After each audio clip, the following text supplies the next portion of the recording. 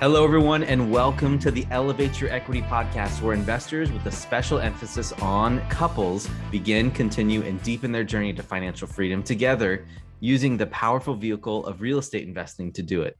Today, we've got an amazing guest. His name is Chris Grenzig, and Chris is the founder of JAG Communities, which is a vertically integrated multifamily-focused investment firm based in Jacksonville, Florida.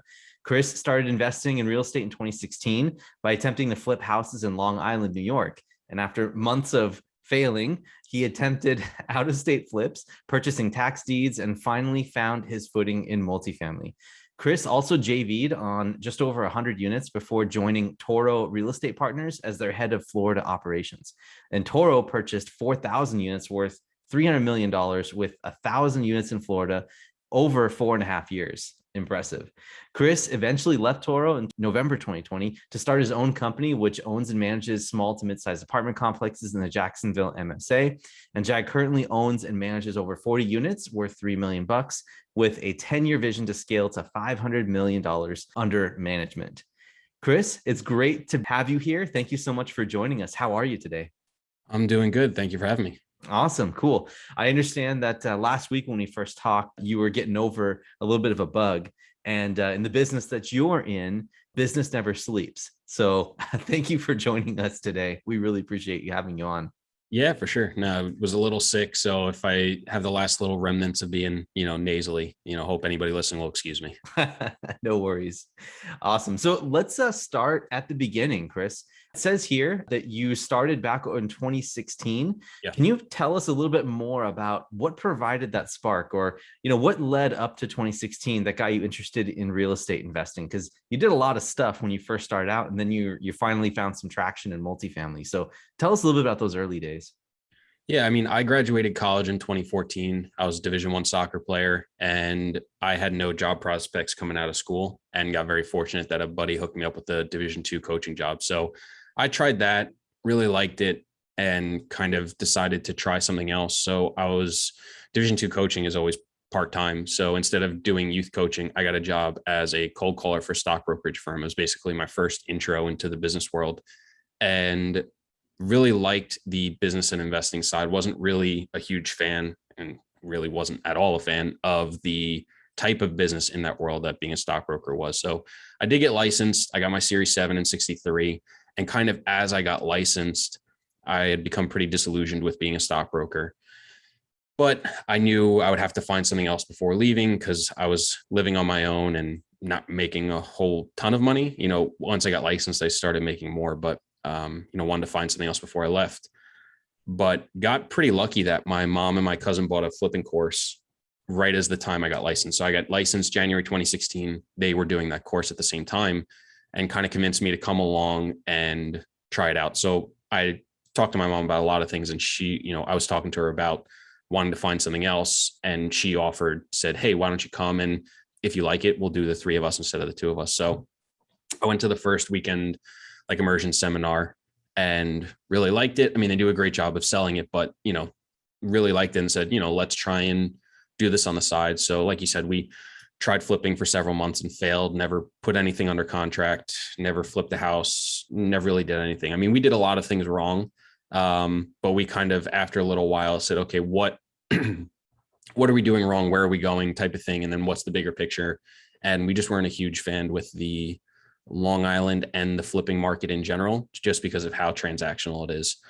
So we started looking at some other things. Like I said, we looked at out-of-state flipping. We looked at doing tax deeds down in Philadelphia, and didn't really like that. And kind of, we got introduced to some of that stuff through a guy who we had met through networking while doing all of this. His name is John Cohen. He was one of the co-owners at Toro, where I worked for 4.5 years, which you also referenced. And he had transitioned from doing the tax deeds in Philly into doing multifamily, started doing small multifamily, and had just formed Toro, which was focused on bigger stuff. So we joint ventured with him doing a couple of the smaller things. That's where we did the 100 units. And then eventually I was fortunate enough to build that relationship with him and be in a position that when they started looking for help at Toro, that I was able to go over on a trial basis. So I left my job as a stockbroker in August 2016, went over there for we either said 3 months or 6 months on a trial basis, making next to nothing basically. And it just worked really well. kept buying deals, integrated well, had a really good time, learned a ton, and then, ended up staying there for 4.5 years, eventually running all their stuff in Florida. And then in 2020, I decided instead of just, investing in deals that Toro was purchasing, I wanted to have something on the side. And I just wanted to have no investors, not have to answer to anybody, have full control, because that was really important to me.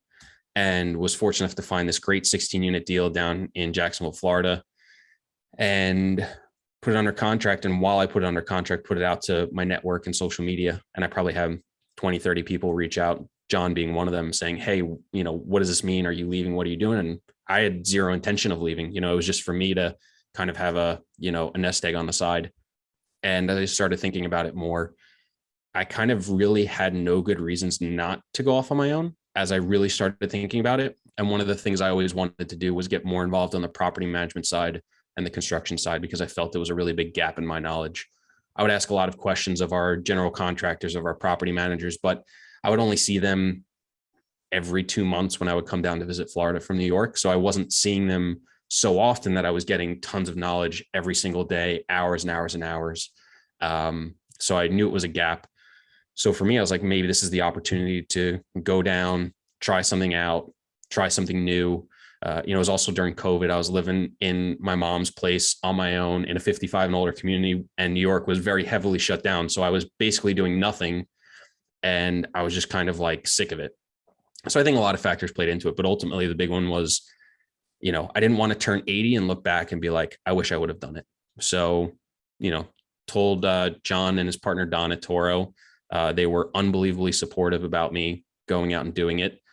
Moved down the Thanksgiving weekend in 2020 and took over, the day-to-day operations of that. And then we were fortunate enough to close on our second deal in February. And, now we're in almost October 2021. And, we still got those 2 properties and we're actively looking for more. Yeah, great story, Chris. So one thing I wanted to highlight here in this story, and thank you for telling that, is the fact that I've noticed a general theme throughout the whole story since 2016. That's only 5 years ago, right? Yeah. It probably seems like a lifetime, but it actually is a lifetime in the commercial real estate world. But what I wanted to mention here for you and for the listeners is that I've noticed a trait that you have throughout these 5-6 years that you've been displaying. And it seems it is courage, knowing that your life needs to make a change, and then making it, like just sticking with it, right? So first of all, would you describe that as accurate? And secondly, where did that come from? Where did that trait of saying, oh, something's broken here, we got to fix this now, or I got to go in a different direction, or I've got to improve my life, where did that all come from, if you think that's accurate? I do think it's accurate. I think what I would add to that is I'm not afraid to try things. I think too many people try to find the perfect solution before trying anything, and they don't realize like aspects that they thought of that thing would be true either are very different or are not true, or there's something they didn't think about. So the whole grass is greener thing for me is, well, maybe it is, maybe it isn't, but I won't know until I actually go stand in that grass, and then I'll figure it out. And then for me, with the most recent move, it was always, I always said, like, if I come down, I thought about my worst case scenario. And that's kind of how I always think about it. I'm like, what's literally the worst thing that can happen? I think about the same thing with properties too. And for me, it was, I moved down. I hate Florida. I hate working for myself. I hate property management. This property sucks. Everything sucks. And I was like, well, I can just pick up, move again, and go find a similar job. Like for me, I'm just back myself. I know I'll figure something out one way or the other. I'm also fortunate enough to have a really great people around me, my family, my friends that I know will support me as I try these things. So that does give me a great blanket of comfort and security that I know I can fall back on them in multiple ways, whether it's just people helping me look for jobs, or being able to move into like my mom's place for a short time, or, just advice, or willing to help me in multiple different ways. I just knew that the worst case scenario wasn't that bad. And in other scenarios, stuff wasn't really going great and I wasn't happy. And I figured it probably couldn't get a whole lot worse. One of the reasons I stayed at Toro so long was because I was very happy with my work situation. They gave me a ton of autonomy, flexibility, things that a lot of people didn't have. And I was super grateful and thankful for it, which is one of the reasons I stayed there so long, because it was so important to me. So it's really just kind of thinking about just what the ultimate downside is and just weighing up whether it's worth it or not. Yeah, that's awesome, Chris. Thank you for sharing that. And, from again, just listening to everything that you've talked about so far, it sounds like you just have really great broad perspective and you're able, looking at the possible downside and kind of engineering what the worst case scenario might be. I just wanted to ask, how often did that happen? How often did the worst case scenarios like show up for you? Never. I mean, I've been very fortunate that a lot of the things I've done have worked out. But I mean, there's a lot of things about this property management stuff that I have not enjoyed. For example, I was at one of my best friend's weddings in New Jersey, and the night of the rehearsal dinner, because I was in the party, I spent probably 50 to 75% of it on the phone because we had 2 units with a flood. So I basically missed the entire rehearsal dinner. And I was incredibly fortunate enough that my girlfriend who was with me was super supportive, was, working with me, helped me out. And everybody there was, crazy understanding and supportive too. My friends, his family, who, I've known for many, many years, and they know me very well. So I was lucky enough that, again, the people that I'm surrounded with are just incredible people. But yeah, that's not something that I wanted to do or wanted to deal with, and was part of the nature of it. So there's plenty of stuff that hasn't been as great. And there's a part of me that, may not be doing property management in 2-3 years or in 6 months if it, becomes something I don't enjoy or don't like doing, or don't see the reward being worth some of the stuff you give up for it.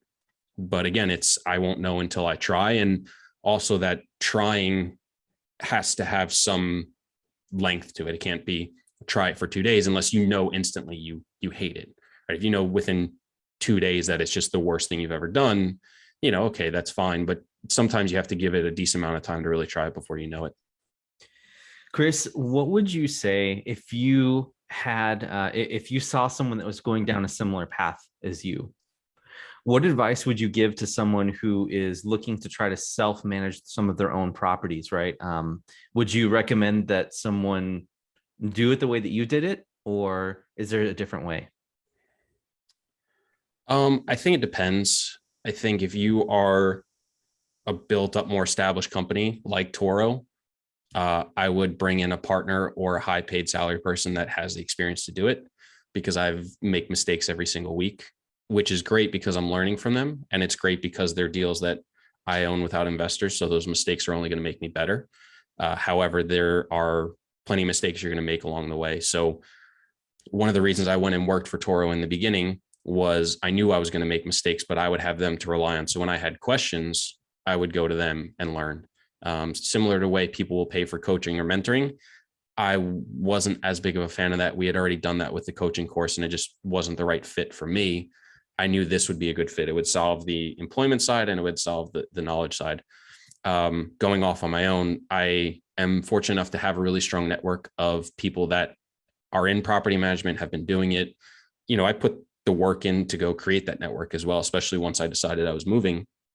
So I have them to rely on somewhat, but I can't call up somebody every time I've got to make a decision. Like, you've just got to sometimes make a decision and live with it. So I think it really depends on where you're at. The other thing too, a lot of people think property management's a great way to make money. I would say 90% of the people I spoke to said property management is either a very low margin business or doesn't really make any money. A lot of the people that both own and operate basically said their property management arms essentially break even. Which sometimes I sit here and I'm saying, like, why the hell am I building up the property management arm if it doesn't really make a ton of money? But for me, it's really, the control aspect and having, for me, a large reason why I'm aiming to build up, the size of business that I am is to create the work environment and culture that I think will benefit a lot of people. The 500 million under management is just a target that allows me to do other things, and it's easy to communicate. There's really a lot of other reasons that go behind it. But yeah, I would say if you're going to do it yourself, going back to your actual question, would be just find a network of people that are doing it the same in various forms that are much larger than you at a similar level, doing it slightly different that you can rely on, and then just have a lot of good team people in place. So make sure you have your attorneys in place, make sure you have your accountants, make sure you have your software. Don't nickel and dime stuff, like have the resources you need available to really do it. and then just make decisions and move on. Because the longer you delay decisions, it's just going to take you longer to figure out whether it was right or wrong. Unless you're actively finding information and sourcing it, just make a decision and move on. Chris, how important would you say that vertical integration is in a long-term strategy for a business like yours? And also for a lot of those listeners who are maybe starting out and who are either getting on board passively as a passive investor, or they're doing it actively with joint ventures or as the active syndicator. What advice would you give, or would you say anything about the importance of vertical integration, or whether that's possible or not, or between trying to do vertical integration or using a third-party property manager? I just wanted to draw from your experience there, because you have a unique perspective in understanding multifamily. You've been in all sorts of different perspectives in regards to being an owner, being a multifamily property manager, and being both at the same time. So maybe you can talk to that a little bit. Yeah, I think, the operational side is what makes or breaks a deal. And we've always said your property manager is going to make or break the deal when you are not the property manager. So it's super important to have somebody that, I don't want to say you trust implicitly, but you are damn well confident that they're going to do right by you. Right. Some of the downsides of outsourcing it are, you're beholden to them. So I've heard of instances where property managers refuse to release information, refuse to take over. They could just get up and stop working, or, worse things could happen where, especially if you're with a small property management company, you're reliant upon one individual lot. Like me, if they become sick, or God forbid, they become incapacitated for some reason, and you're out of state, now you've got to figure it out. It might involve you traveling there or finding somebody else or doing different things, and you might not be able to get the information you needed. That being said, on the bigger stuff, there are usually tons of great options for property managers. The problem I always found with outsourcing property management was when two businesses interact, everybody has to create their own systems, processes, ways of doing things. And a lot of times those systems and processes may not be as well aligned as possible. For example, let's say you want a certain report and you want to see certain metrics. Well, that might be different than your property manager's other clients, and they might want to see it on a different day than you. Well, they can't create 20 different ways of doing business for their 20 different clients. They've got to have a way that meets the, anywhere from 70 to 95% of the client's needs, and where you fall in that space is going to change on what you need and what they provide. So yes, sometimes you can get more flexibility out of it or not, but honestly, I wouldn't even want to see a partner that is too flexible, because then that means they're constantly having to change the way they're doing business. They don't have a good system. They don't have a good flow. It's not cohesive. So finding a good manager and one that aligns with how you do things are both important. When you bring that in-house, you just have one way of doing business. Here's how we do our reports. Here's how we do things, all that stuff. And it can remove a lot of friction.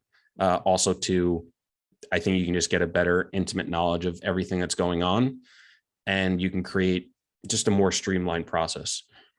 Basically, what I'm saying is that I think the potential for better operations is higher when it's vertically integrated. However, that doesn't necessarily mean a vertically integrated operator is going to be better than with a third party, right? It just depends how everybody does their job, right? Just because you bring it in-house doesn't mean you're good at your job, right? Like, I know I'm not doing the best job at managing this property. There's probably 10,000 other people that could do a better job at managing my properties. But for me, it's about the 10-year vision and learning along the way and doing that job than, all the people out there. There's so many more people with better experience. They know how to do the things I'm struggling with. They know probably the answers or the way to do it, or at least have their way of doing it and can do things quicker and more efficient than I can. But for me, I see the potential as being higher in the future, having that in-house than outsourced. And it's another facets too, right? The construction management side, the insourcing of materials, doing the bookkeeping and accounting, which I currently outsource, which most property managers do have in-house. I'm just not there yet. So there's a lot of different ways that stuff can be brought internally, potentially in the future. And again, I think has the potential to be better, but that's, on myself and our team to actually execute it. Yeah, great answer. I was going to ask you selfishly, because I'm at a point right now where I control in one market, somewhere over 100 units, right? And actually we're looking to add significantly more to that this year. And, my main question is, when do you decide to vertically integrate? Is there a right answer for this? I'm just looking to get your perspective here selfishly, if that's okay. Yeah, let me ask one thing. How close to the market are you? Pretty close in terms of, do you mean location or in terms of, well, Location. both Sophie and I are fully mobile right now, so we don't have to be anywhere. Mhm. So the plan is for us to live in our market within about a 6-month period. We're going to be here probably permanently for a year or two. That's our plan. Yeah, then I think you probably have enough scale because you'll be able to support probably a manager and a maintenance person, if not Correct. more. Right. And that's when it really gets better, is when you can have people start working for you in the day to day that you can trust and kind of be, doing a lot of that repetitive stuff. Let's say, signing leases, showing units, fixing things. When you have to outsource, you're reliant on the work getting done and verifying that the work's actually getting done. And when you're not local enough to check in on it, you got to have somebody that does check in on it or a system to check in on it. And I've just seen so many times where GCs, property managers, whatever, have fudged the system to make it look like stuff is getting done and it's not getting done. I've been on 1, 2, 3, 4 properties that I know of and that I've been involved in that I've had money stolen by GCs. Yep. And that's working with people more experienced than myself. So it does happen. Of And, course. those are things you've got to get over.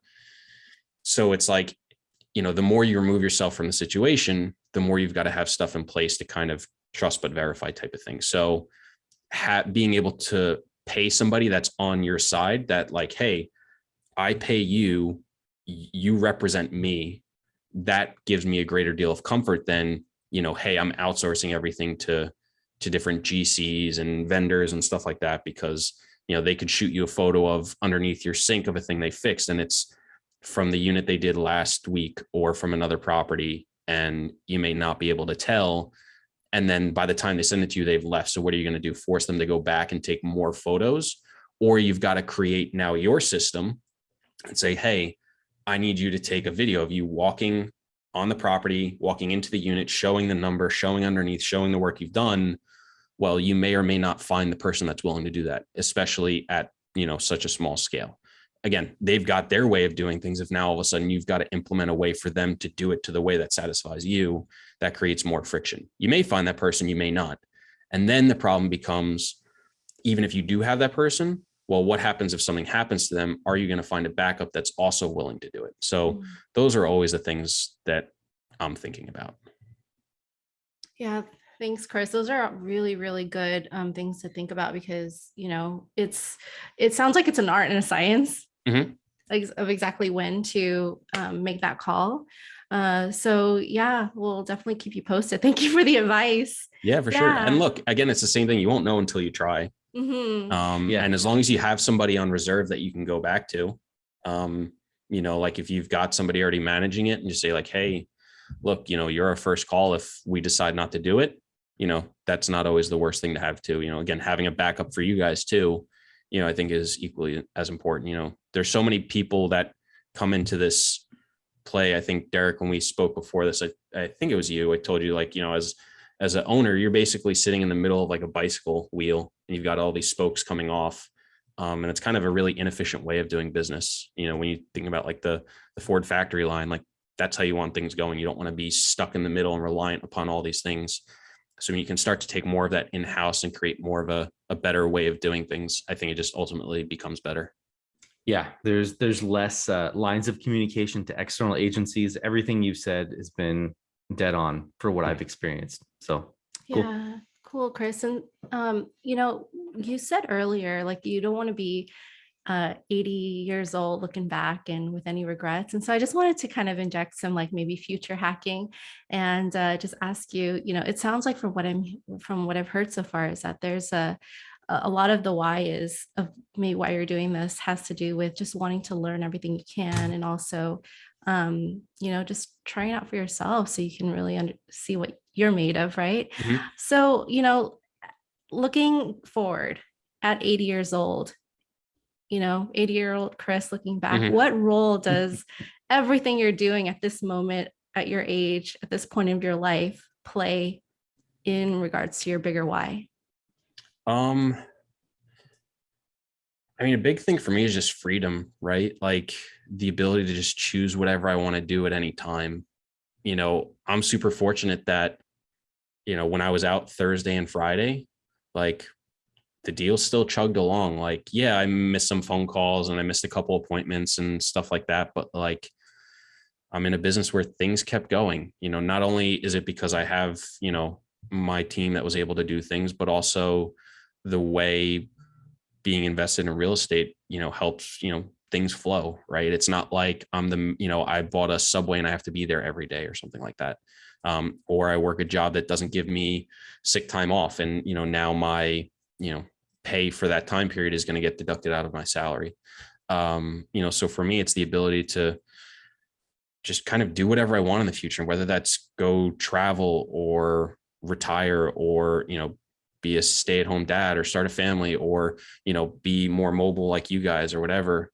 It's just kind of the flexibility of that. And I think the financial aspect is the first part, right? Being able to step away should you choose or be able to do different things and know that like, hey, if stuff comes up, like if I get sick tomorrow and I need surgery or I need this procedure done or, I have a house and the roof caves in, like that, I don't have to worry about that.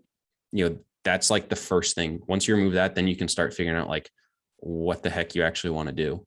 So that's kind of what this all is for me. And then the bigger why is, like I was saying earlier, I do know so many people that have hated their jobs or felt like they were stuck, don't enjoy what they're doing, and just feel like they're just slaving away for when they can eventually live at 65.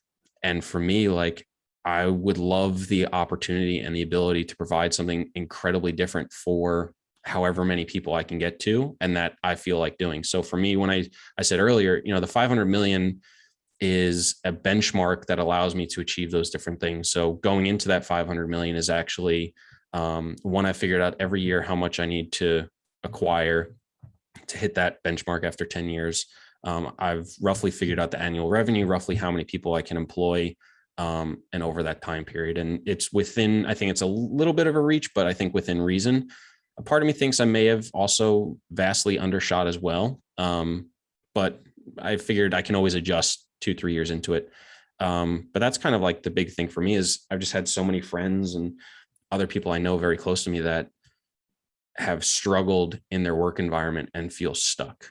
And I would love to be able to provide something that's the complete opposite of that, because I think it's a terrible trend.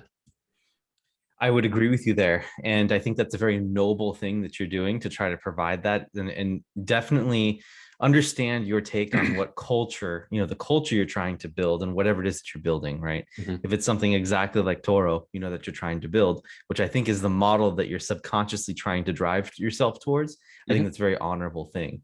Now, I wanted to ask you something more, a little bit on the operational side, before we go one step back again into mindset. I wanted to ask you, how important do you think it is as a property manager or someone who's self-managing their own properties? How important are processes, and what processes and procedures and outsourcing, what do you guys have in place right now, and where do you plan to expand that? You've touched on the one thing that I am super upset about, because I feel like our systems and processes are not nearly where they should be. Talking about kind of the big picture of like the whole assembly line type thing. I mean, I hate the whole renovation process. It feels like one big figure it out as you go, and every hour it's changing and you hope people show up on time and things are getting done. And I hate it. Yeah. I just think it sounds about right.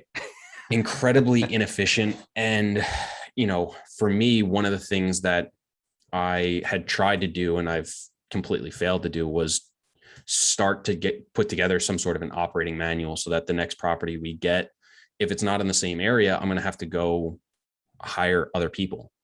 And for me now, it's like, okay, if I had a property tomorrow and I go hire somebody, I have nothing to hand them. I have a loose idea of how we do things, and I have my team who can help train.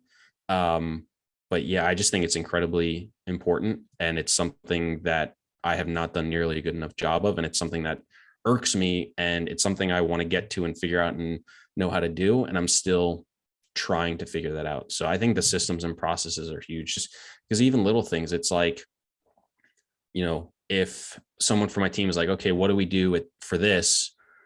Well, it's like, okay, here's what I've been doing, and maybe I haven't told you yet, or maybe it's something we've done twice and you just haven't, remembered yet.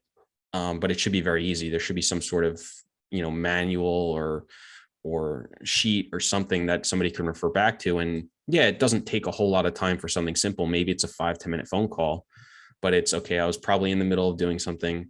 I now had to change my train of thought to do this. And now to get back on track, there's a lot of studies and stuff that says just, it takes time. So it's not just the 5-10 minute phone call. It's the time it takes to get back on track. And I get that phone call probably 10 times a day. So it's like, I'm constantly fighting this battle of going back and forth. And without those systems, it just feels like not a whole lot operates incredibly smoothly, or as smoothly as I hold myself to. And it's been a big pain point for me in the last, really, 8-9 months, as long as I've been here, but, really in the last 3 to 6.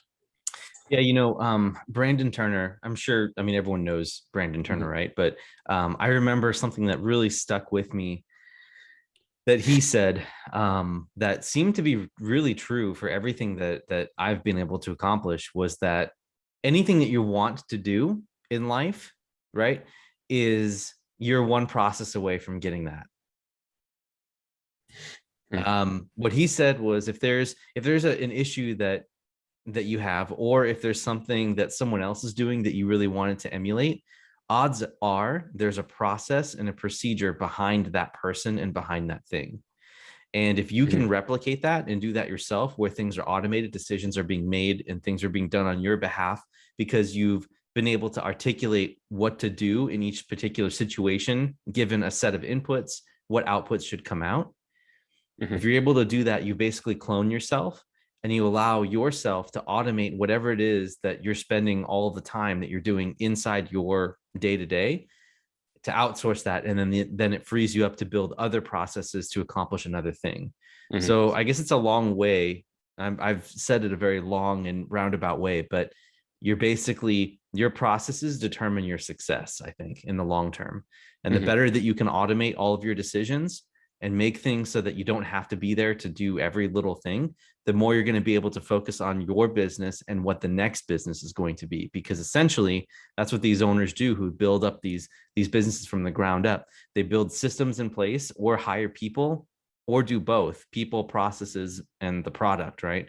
They'll do all those things to coordinate it, so that eventually they're just overlooking the design of the process and not doing the actual work.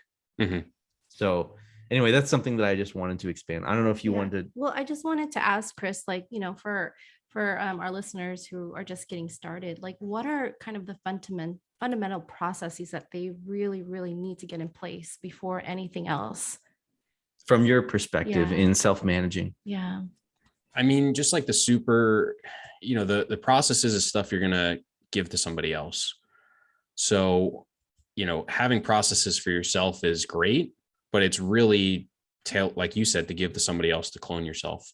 So it's really the basic stuff that you're going to be doing. So for me, it's, the stuff like generating leases, doing maintenance orders, anything tenant related, really that day-to-day stuff that, my manager and maintenance person are taking care of, having that stuff in a process written down, and that they can kind of just do. And we just check in like once a week for 15-30 minutes and be like, hey, what's going on this week? What happened last week? Type of thing.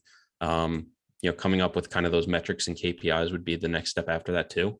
But it's really that stuff that you're going to look to outsource early on. And it's that really basic day-to-day stuff that is really, the day-to-day tenant interactions, the leasing, the lease generating, getting information, handling any work orders of people coming in, any complaints, staying on top of all your reoccurring contracts, right?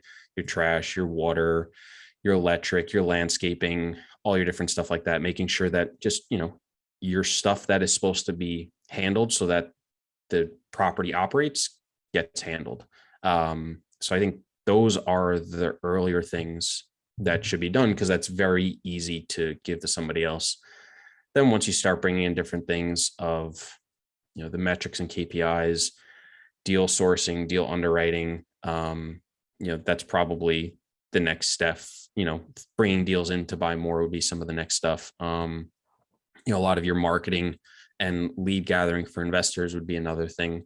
You just look at stuff that feels very repetitive and can be outsourced is just kind of the early stuff. And then eventually the best thing I heard about looking at what to outsource is just like, what's the stuff you put off and procrastinate? Because that's the stuff that you just hate doing and that somebody else should be doing. And it's like, I have like 50 of those things, which I would love to have done. I just, unfortunately don't have the money to offload all that stuff yet. But just as you're kind of looking at that stuff, it's like, what's the things you put off and don't do, even though you're supposed to do, because that's just the main stuff that you don't want to be doing. Yeah, that's really great advice. Yeah, it is. Because a lot of people actually have like such a stigma to that they, or such an aversion that now there's emotions involved, right? And as soon as you get the emotions involved, instead of it just sitting on task lists and saying, I don't want to do that, there's actually like a fear, right? That eventually starts accumulating.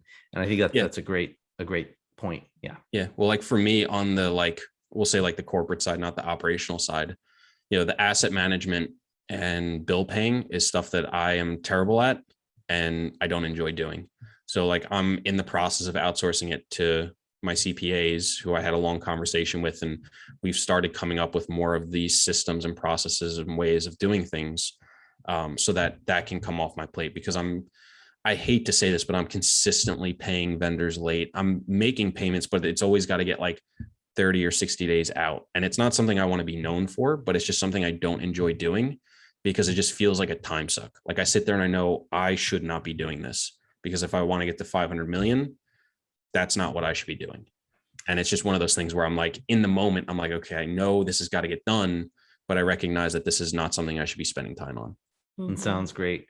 Yeah, Chris, we'll have a conversation after the podcast about that, because we might be able to help you with a few things there. Sure. But in any event, one thing my last question that I have for you before we start wrapping this up, is if you had to give, or if you had to put your finger on a theme that your life has been at in the last 5 to maybe 10 years since you got started and interested in real estate investing up to today, what theme would that be?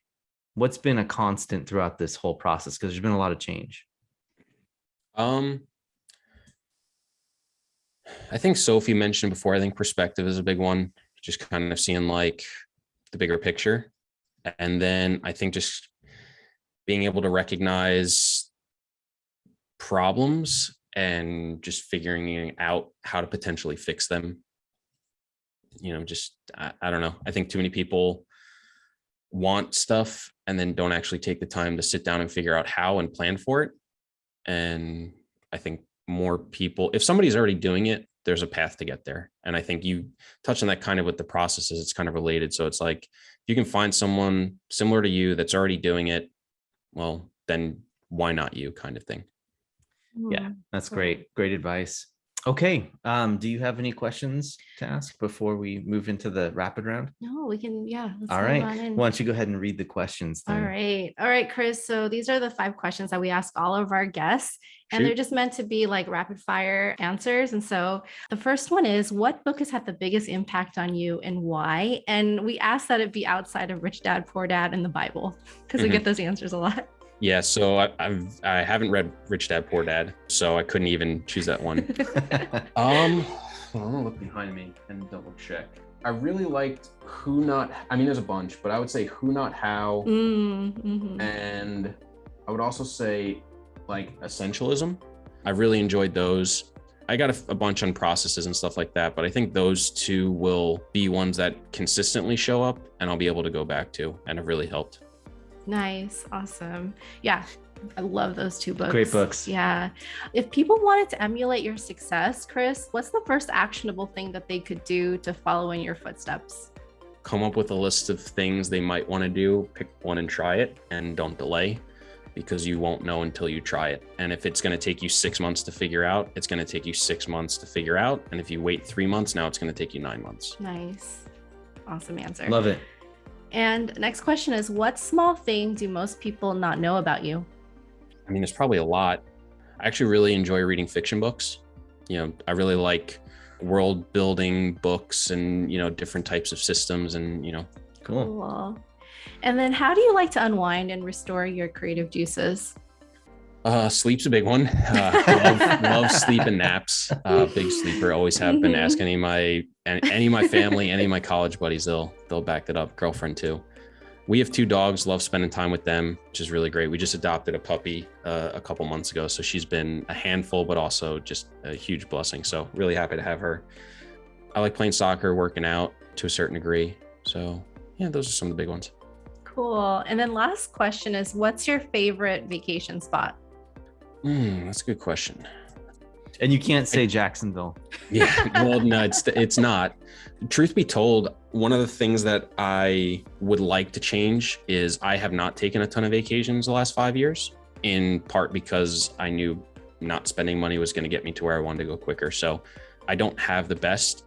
However, I will say I was very fortunate enough that my parents bought into the Disney Vacation Club when we were very young and in like the first year. So kind of grew up on going to Disney. So anytime just going back there is kind of just a really like familiar, family oriented thing that I really enjoy. So it would probably be, going to Disney. Awesome. Yeah. Love Disney too. Yeah, that's awesome. Good choice. Mm-hmm. All right. Well, Chris, first of all, I want to thank you for your time because I know how valuable it is. And we really appreciate you coming on the show. And also, thank you for selfishly answering some of my questions in terms of self-management. Selfish questions are the best questions because they are problems other people are having. So I think those are the best ones to do. Very cool. Well, thank you so much. And Chris, maybe if you could take just a minute to tell the audience, both your audience and ours, how to find out more about what you guys are up to, what you're up to, how they can contact you if they have any questions, or if that's something that you'd allow. So I'm going to give you the open floor right now to just kind of tell us more about what's coming down the pike for you. Yeah, for sure. Best place to follow me or reach out is really any social media, but the main one is probably Instagram at Chris.Grenzig. LinkedIn also fairly on too, more of just like messaging. I don't, post too much on there, even though I should. But those are the main ones. But if you search any platform, I'm pretty much on it.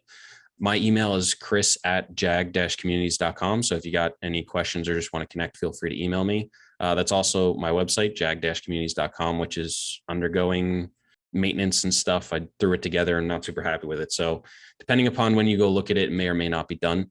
You can go check out our podcast too, that I still do with John. We may or may not be continuing it, not sure, but at least it's still up for now. It's called the Real Estate Investing Experience. It's on all the platforms. If you search it, you can go to reiexp.com to find it as well. And that's pretty much it. Well, very cool, Chris. Thank you so much for coming on the show. And we're going to be linking to those things that you mentioned, including your email address and also your website and the podcast that you have recorded before. We're going to go ahead and post that in the show description as well. So thanks again, Chris, for being on. It was an honor to have you with us. And we think that our listeners are going to get a lot of value from it. So yeah, absolutely. Thank you so much for having me on. Absolutely. So with that being said, this is Derek. And this is Sophie. We're signing off. Thanks, everyone. Have a great day.